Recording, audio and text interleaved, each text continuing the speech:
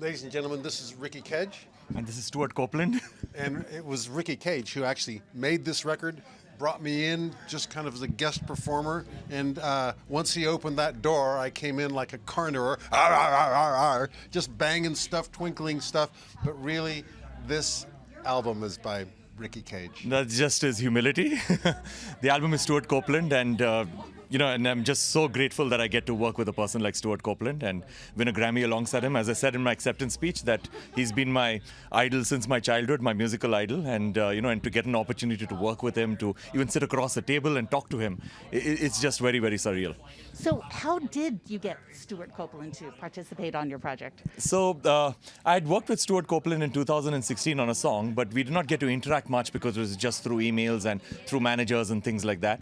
And then post the pandemic, during the pandemic, I got an opportunity to actually sit down in the studio because there was no touring and things like that, and start working on a new project.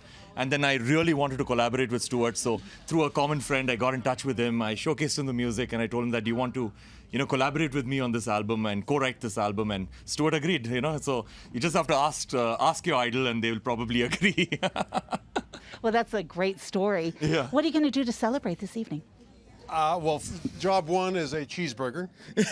It's very hunger making out there, sitting there with all the other nominees, because it's wonderful to be nominated. And for the last 6 months, we've all been nominated. Yeah. You're nominated. I'm not. We're nominated. For too many months, yeah. Yeah. But as of today, 4 out of 5 are like unnominated.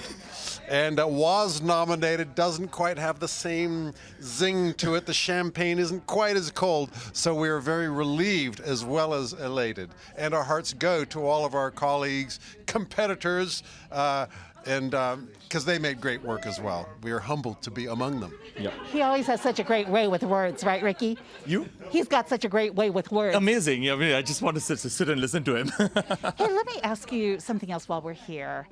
Of course, we know that Taylor Hawkins really looked up to you as a drummer and as a person. Can you talk about Taylor? His family, Allison and the 3 kids, Dave and the band, they're dealing with this every moment. His chuckle buddies, we didn't see him every day. Other drummers, Danny Carey, Neil Peart was one of our crew, and he's gone. It's like open season on drummers, but just every time I think about Taylor and that laugh, that surfer dude vibe, there is a hole where a lot of laughs used to be.